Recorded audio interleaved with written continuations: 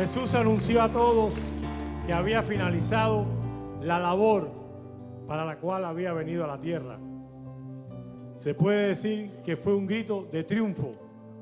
Consumado es. Juan 19:30. Leiter.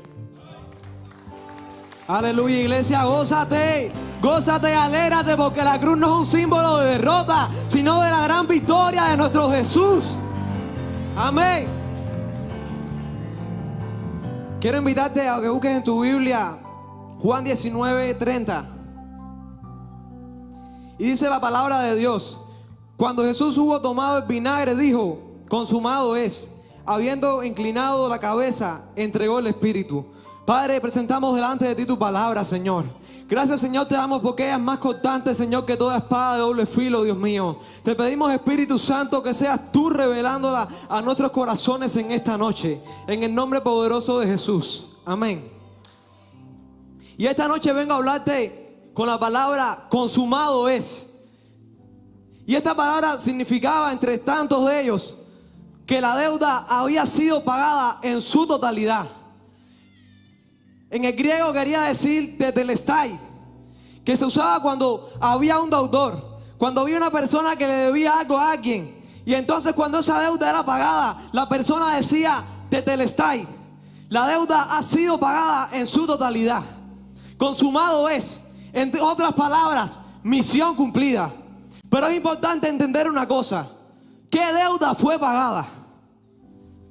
La gran deuda que tenía la humanidad con Dios, producto de nuestro pecado, producto de nuestra desobediencia, fue pagada a través de Jesús, como ese cordero perpetuo, como ese cordero que vino a entregarse por nuestros pecados para traernos salvación. Por eso el apóstol Juan describe a Jesús como ese abogado, porque ese abogado que vino a defender nuestra causa delante de Dios, vino a defender nuestra causa delante del Padre. Él se puso delante de nuestra condenación y le dijo a Dios: Dios mío, yo vengo por ellos. Dios mío, yo vengo por ellos. Dios mío, yo he venido a pagar su deuda. Y a través de su camino, a través de la verdad, llevarnos hacia la salvación. Por eso que una de las primeras cosas que ocurre cuando Jesús entrega su Espíritu es que dice en la Biblia que el vuelo fue rasgado en dos. ¿Por qué? Porque Él vino a traernos total acceso a la presencia de Dios. ¿Por qué? Porque Él es ese mediador que nos reconcilió con el Padre. Y ese mismo ministerio es el que nos ha entregado a ti y a mí. Y es el ministerio de la reconciliación. ¿Para qué? Para todas las personas que están en el mundo, para todas las personas que están bajo el yugo del pecado, vengan a reconciliarse a los pies del Maestro, al único que trae toda salvación a nuestras vidas, Jesucristo de Nazaret.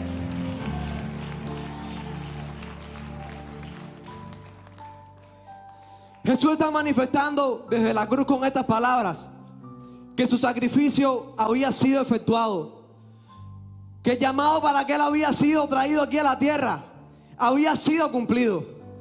Cada una de las profecías dadas desde el Antiguo Testamento habían tenido lugar ¿con qué? Con el sacrificio de Jesús. El plan de redención ideado por Dios para la humanidad había tenido lugar ¿con qué? Con el sacrificio de Jesús. Todos hemos hablado de esto, porque es que no hay otra manera de describir a Jesús como ese cordero que trajo redención a nuestras vidas. Pero ¿a qué se debe redención? Significa que tú y yo, a que la humanidad vivíamos bajo la muerte del pecado, bajo la condenación. Pero Jesús vino a darnos vida y vida eterna. Ya no hay más condenación sobre nosotros. Él vino como ese mediador del nuevo pacto.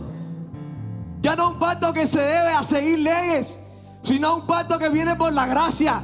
Ya no recibimos salvación por cumplir leyes, sino por la gracia, por la misericordia de su amor. Ya no estamos en un pacto escrito en piedra, sino un pacto escrito en corazones que Jesús vino a escribir a nuestras vidas.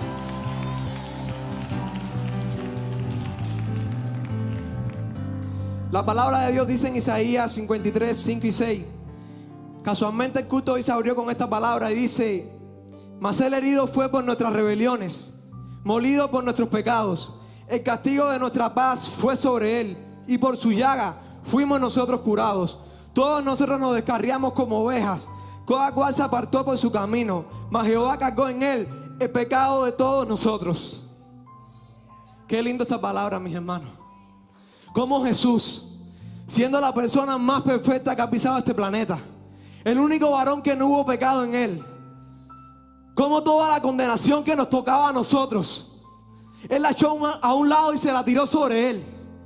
Veíamos en palabras anteriores que Jesús se sentía solo. ¿Por qué? Porque es que todo el peso del pecado de la humanidad estaba sobre sus hombros.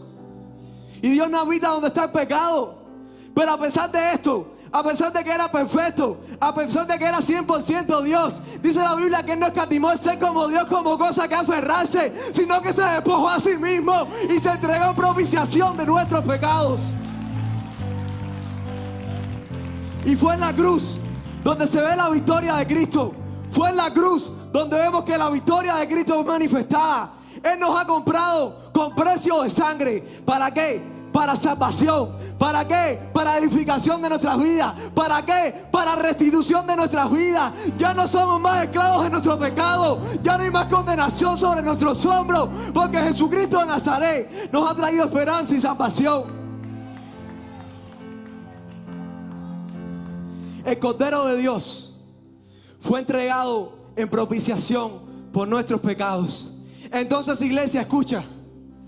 Cuando el diablo venga a reclamarte por tus errores del pasado, cuando el diablo venga a recordarte los errores en los que te equivocaste, los fracasos del ayer, levántate con una palabra de autoridad y dile: mi Jesús ha pagado la deuda, mi Jesús ha sido propicio a todo nuestro pecado. Ya no hay más condenación para los hijos de Dios. Dice la palabra de Dios en Colosenses 2, de 13 a 15. Y a vosotros, estando muertos en pecado y en la incircuncisión de vuestra carne, os dio vida juntamente con Él, perdonando todos los pecados, anulando el acta de los decretos que había contra nosotros, que nos era contrario, quitándola de en medio y clavándola en la cruz, y despojando a los principados y a las potestades, y los exhibió públicamente, triunfando sobre la cruz. Y toda esa acta que estaba en nuestra contra, toda esa acta que lo que traía era muerte para nuestras vidas, Jesús en la cruz la clavó para traernos salvación y vida eterna.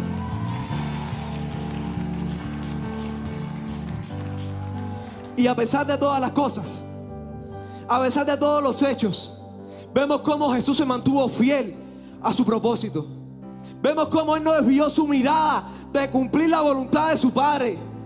Aquí en la Biblia, en este mismo momento de la crucifixión, vemos cómo se levantaron fariseos diciendo: si eres el Hijo de Dios, bájate de esa cruz para que te adoremos. A esta hora tú con eso. Vemos cuando Él estaba orando, incluso la noche antes de que todo esto ocurriera en Getsemaní, como le dijo: Padre, si es posible, pasa de mí esta copa. Porque Él sabía todo el sufrimiento que venía sobre Él. Pero a Él no le importó eso, sino que dijo: mas no se haga mi voluntad, sino la tuya. Jesús estaba consciente de cuál era su propósito en esta tierra. Y hasta el mismo diablo quiso tentarle. ¿Por qué? Porque el diablo sabía que Jesús tenía la victoria. Porque el diablo sabía que cuando Jesús cumpliera esto, iba a ser echado fuera. ¿Y qué te digo con esto? A veces nos aferramos demasiado a nuestra vida terrenal. A veces nos preocupamos tanto por cómo es vivir y nos olvidamos de lo que hizo Jesús. A veces tenemos tanto miedo, incluso hasta la muerte, y no sabemos que nuestra vida, el propósito de nuestra vida aquí en la tierra, es dar testimonio de la verdad de Cristo.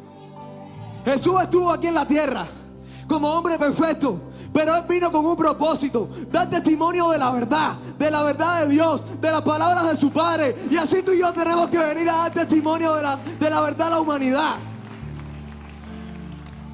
porque Él sabía cuál era su propósito. Juan 4:34 dice: Jesús les dijo: mi comida es que haga la voluntad del que me envió y que acabe su obra. Jesús, con estas palabras, consumado es, estaba declarando que la obra había sido cumplida, que para lo que Él había venido aquí a la tierra había sido cumplido. Él lo había hecho. Con estas palabras, su obra estaba siendo terminada. Y Jesús no estaba en la cruz por casualidad. Jesús no estaba en la cruz simplemente porque algunos fariseos quisieron crucificarle. Él estaba ahí cumpliendo un propósito divino del Padre. Y aunque la cruz parezca un símbolo de derrota, es todo lo contrario. Jesús le estaba dando un puntapié al diablo. Jesús le estaba diciendo al Padre: Padre, yo lo hice. Padre, yo me entregué. Padre, yo entregué mi vida por ti, por amor a ellos. Y algo que me encanta del evangelio que yo creo es que hubo un sacrificio por amor. Búscame cualquier religión por ahí que haya morido por la gente que le cree. ¿Dónde está Buda? En la tumba. ¿Dónde está Mahoma? En la tumba. ¿Dónde están todos los ídolos que puedan haber por ahí? Dime quién de ellos se entregó por amor. Solo Jesús lo hizo, como ese cordero inmolado, como ese cordero perfecto, como ese sacrificio perpetuo para nuestras vidas. Y algo que me causa mucha admiración, hoy en la mañana meditaba en esto, es que Jesús, en medio del dolor, ya a punto de morir, Él no declara unas palabras sin sentido. Él no declara unas palabras de dolor. Él no declara unas palabras como diciéndole: Padre, ¿por qué me está pasando esto? Sino que declara la victoria. La victoria en la cruz del Calvario. Por eso, mis hermanos, esta noche no es un momento para estar de luto, no es un momento para estar triste, sino un momento para estar gozoso, porque Jesús vino a esta tierra y cumplió su llamado, y cumplió su propósito, y cumplió todo aquello para lo cual había sido llamado. Amén.